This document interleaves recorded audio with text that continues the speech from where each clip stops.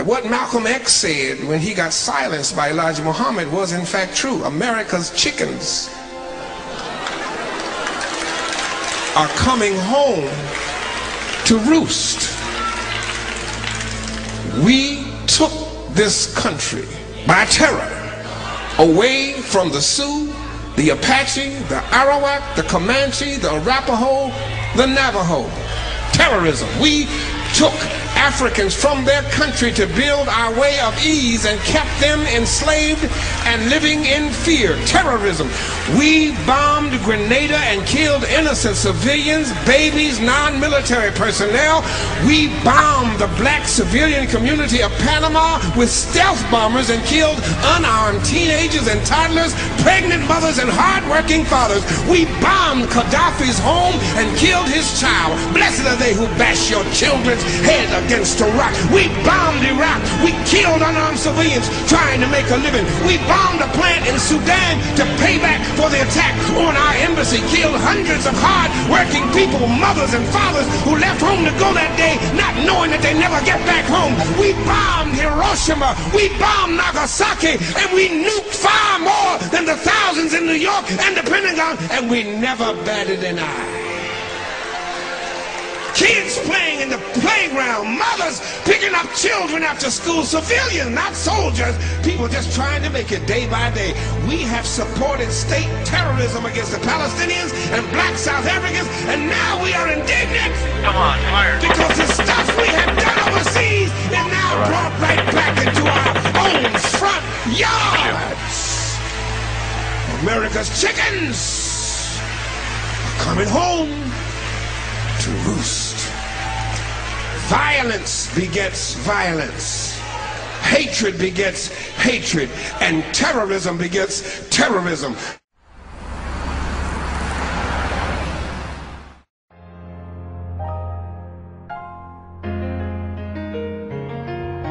What would you do? What would you do if another country's military invaded New York, Chicago, Los Angeles, Washington, D.C., Dallas, or your city or town? Would you sit and watch as they marched through the streets? Would you sit idly by as they shot and killed your neighbors, your friends, and your family?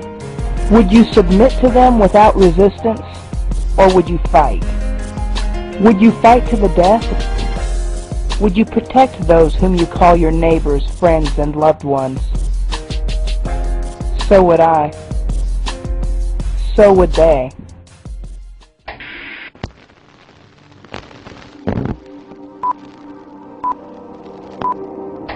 It's been Washington's biggest mystery since Watergate. What kind of dog will the Obamas choose?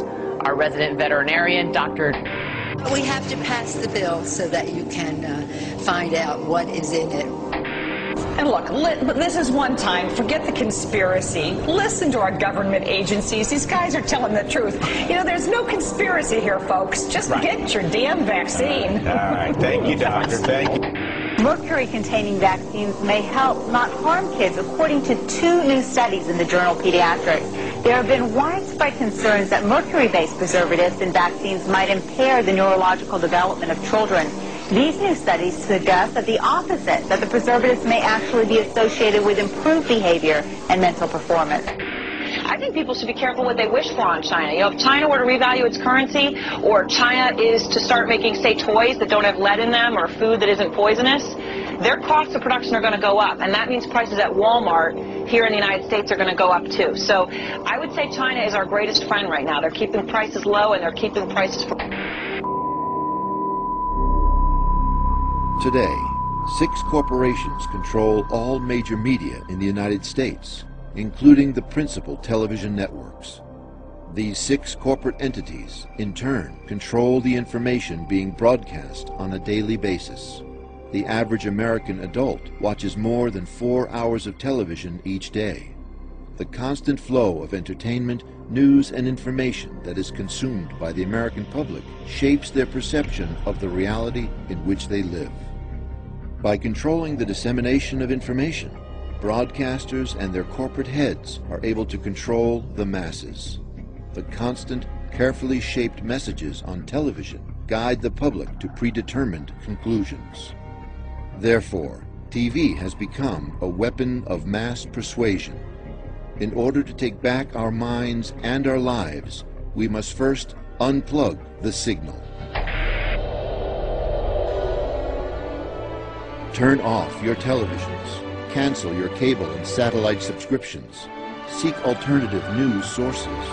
Spend time with your family and connect with your neighbors and local community. Discuss and learn. Allow new information to challenge your thoughts and opinions. When we unplug the signal, we begin to realize that the world matrix that surrounds us is false. Many things we once thought of as true are lies. Never let us forget the truth will not be televised.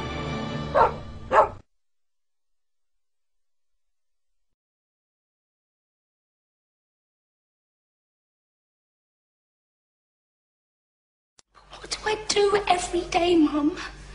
What do I do? Get up, catch the bus, go to work, come back home, eat chips and go to bed. Is that it? It's what the rest of us do. Well, I can't. Why? Because you're better than us? No, I didn't mean that. But it was. It was a better life. And I don't mean all the travelling and seeing aliens and spaceships and things. That don't matter. The doctor showed me a better way of living your life. You know he showed you too. That you don't just give up. You don't just let things happen.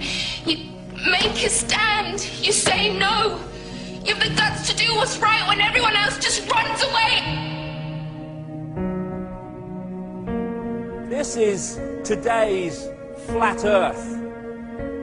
The fact that we live in the cutting edge of human evolution, the cutting edge of how far humanity has come, turning a planet of enormous beauty into a shithole ain't the cutting edge of human evolution.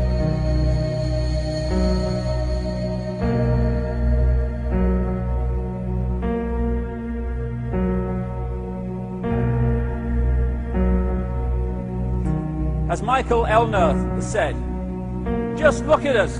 Everything is backwards. Everything is upside down. Doctors destroy health. Lawyers destroy justice. Universities destroy knowledge. Governments destroy freedom. The major media destroys information. And religions destroy spirituality. I think there's more to know here. Isn't that weird? We always kill the guys who try and help us. Isn't that strange? We let the little demons run amok. Always.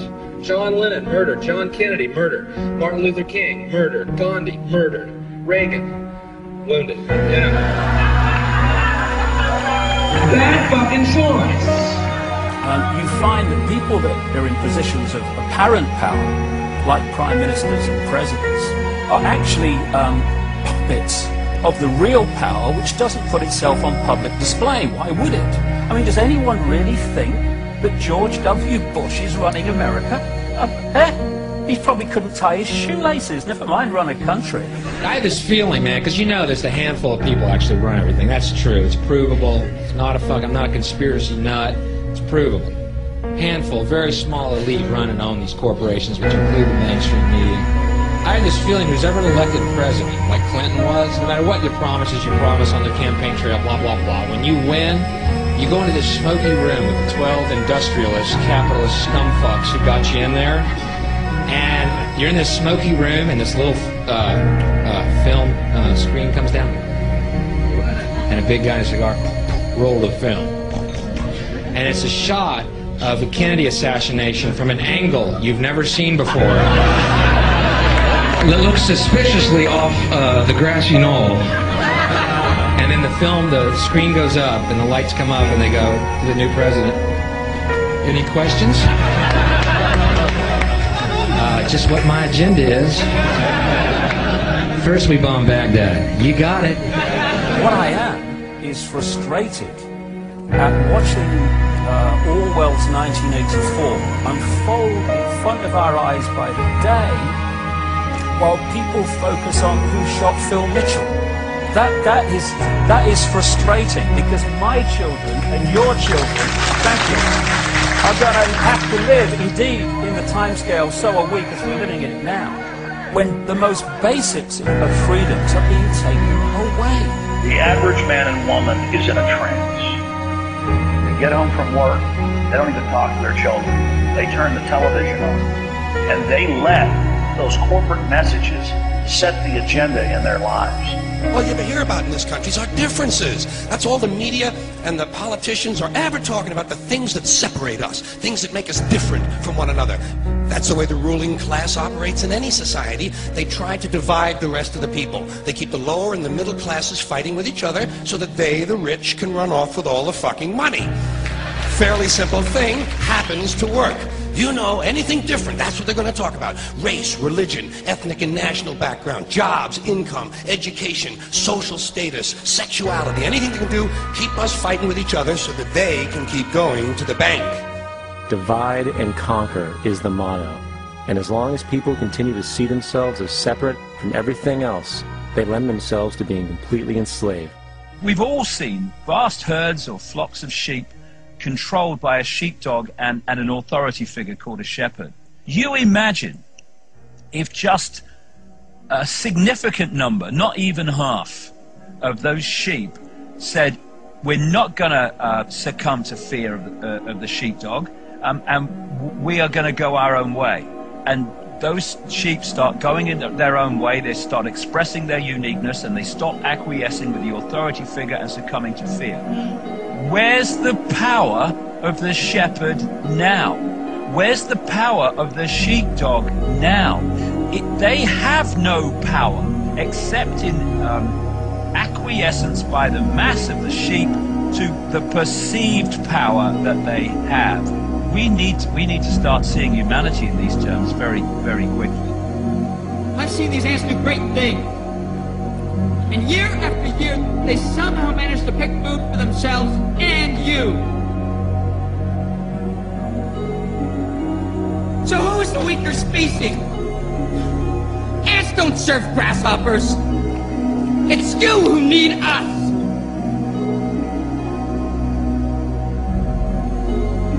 You know, when you go through all these different levels of how we are attacked mentally, emotionally and physically to suppress us and to hold us in the box, in the bubble, that tells us something about us. What people don't realize. Oh, it's negative. No, it's not negative. It's extremely positive, if you want to use those terms, because it's telling us who we really are.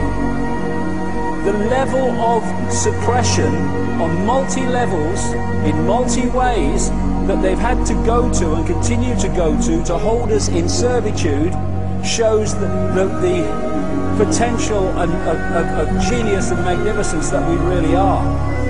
And that's our natural state. This is the difference between the power of our Creator and anything else, particularly evil. That you can go into a pitch black room full of evil, full of darkness, and light a little candle, and instantly that darkness flees. But you can't do the opposite. You can't go into a well-lit room full of truth and wisdom and righteousness and joy and health and harmony with the universal power. You can't take any amount of darkness and go into that well-lit room and have any effect whatsoever. That is the metaphor which I frequently think of when I think that I'm not empowered. It is the greatest lesson for me, and I think for everybody else, to know that we're on the winning side and that we're winning.